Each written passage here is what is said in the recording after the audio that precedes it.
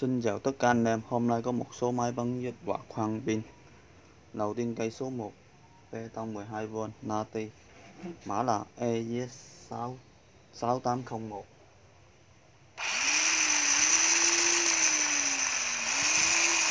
Cây số 1 750k, thân máy vỏ pin.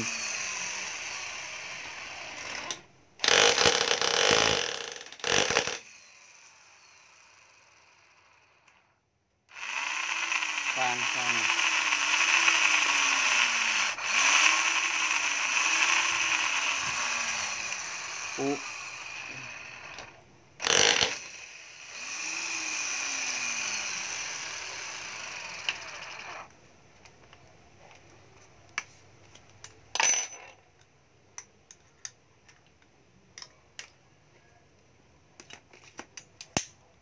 Cây số 1 750k, bê tông 12V, thân máy vỏ pin.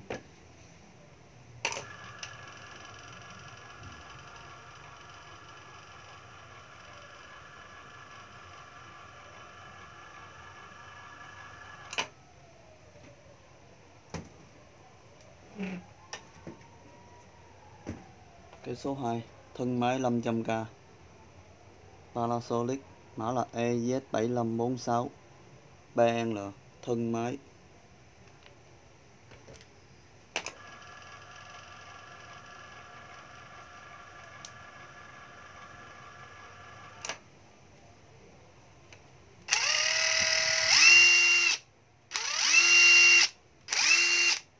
Có đèn đó. Chỉnh lực.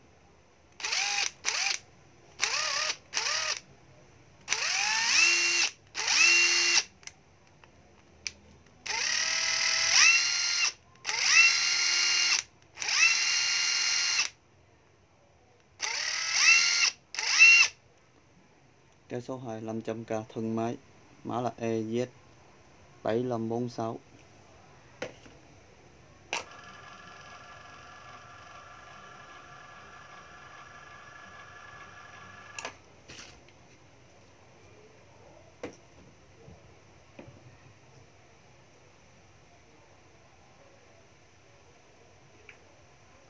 Cây số 3 bắn dít EZ6603 380k, thân máy vỏ pin.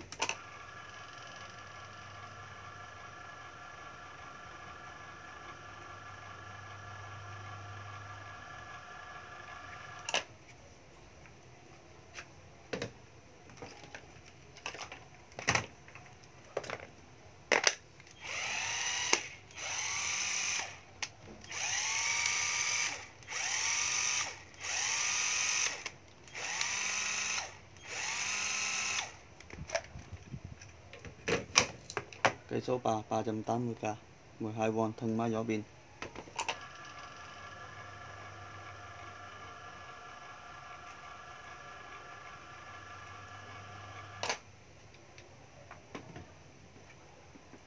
Cây số 4 500k, thân máy, mã là EZ6901.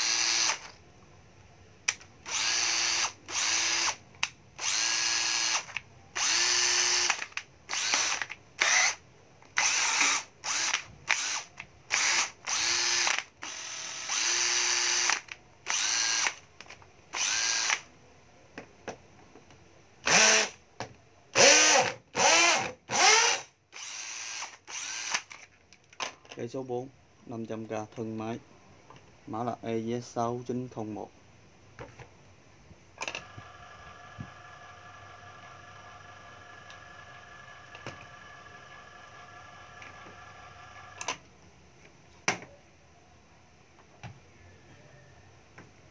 Cây số 5 Panasonic, mã là EZ7548, thân máy 650k, có 3 tốc độ.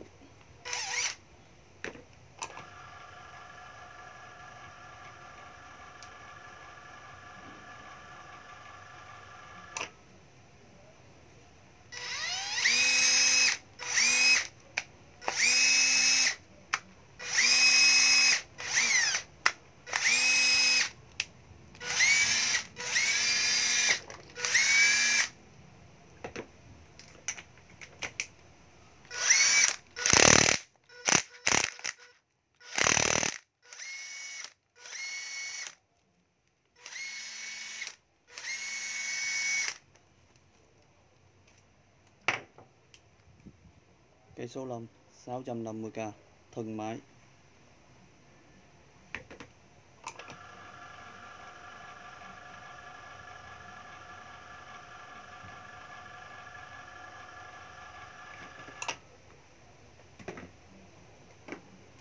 Cây số 6 HT 14V thân máy gió pin 650k.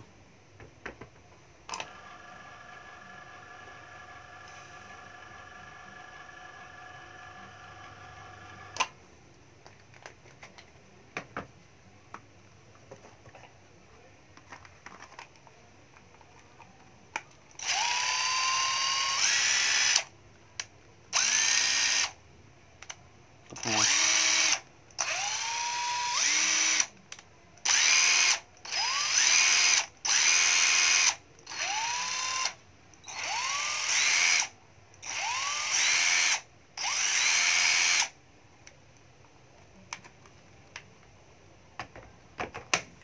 Cây số 6 650k thân máy gió pin.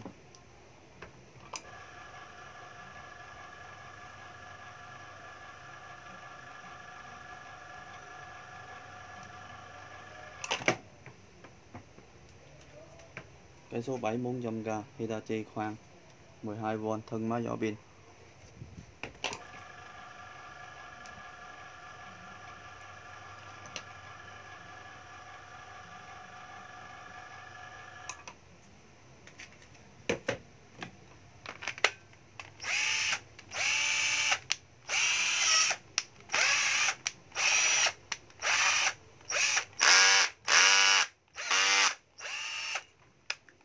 Chậm,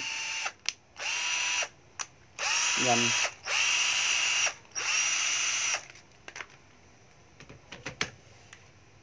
cây số 7 400k thân máy gió pin.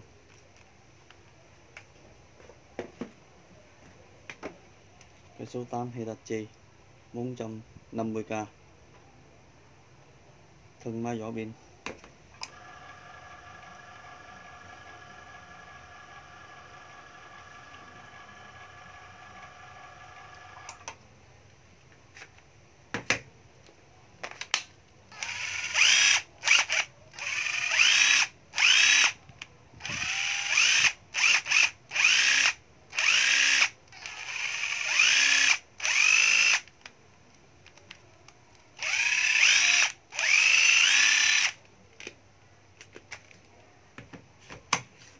Cây số 8 450k thân máy gió pin Hitachi 12V.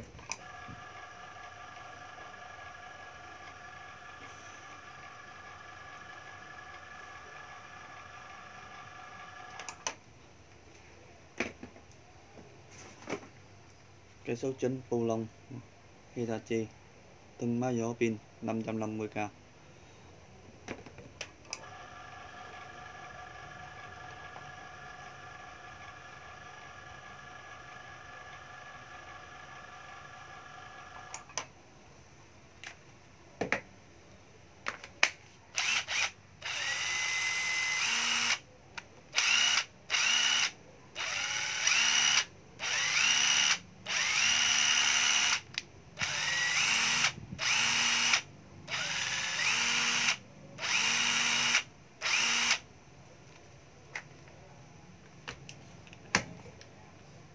Cây số 9 550k thân máy gió pin Pulong Hitachi 12V.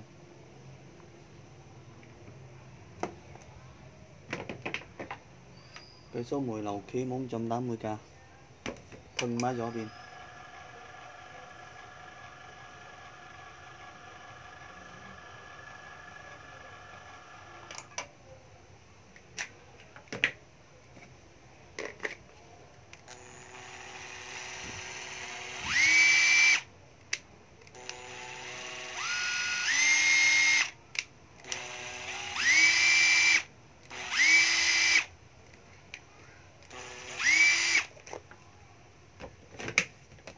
Cây số 10 480k, thân máy vỏ pin,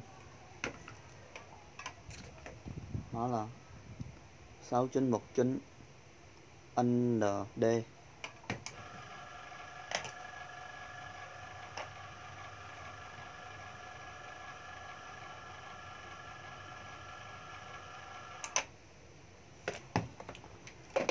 Cây số 11 Makita cưa có 2 nguồn led chiếu sáng 12V, thân máy 650k.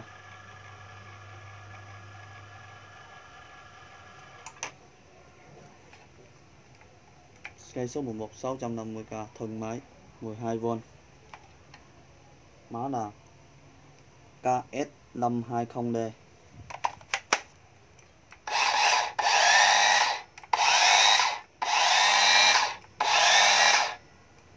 Lưng hạ lưới nhẹ hiệu, bẻ bằng.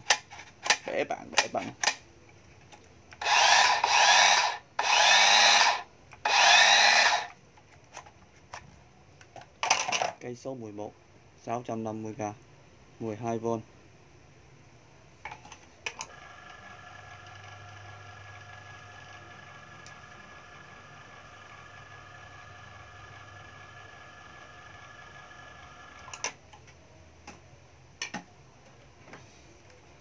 Máy thổi cây số 12 550k, 14V, loại bì 2V tem còn, có đèn báo pin, 2 cấp danh chậm.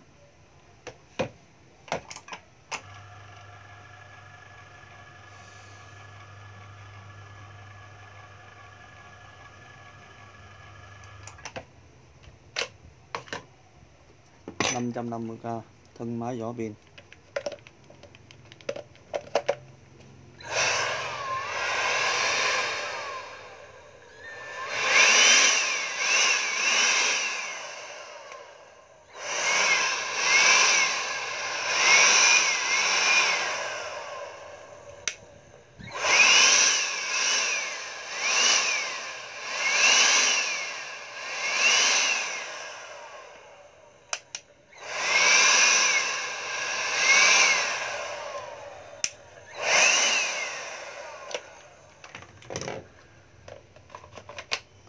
Cây số 12 máy thổi Livy 550k, thân máy vỏ pin, vỏ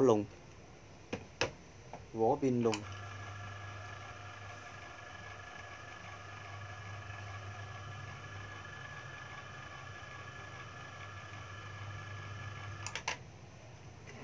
Rồi xin tạm biệt anh em.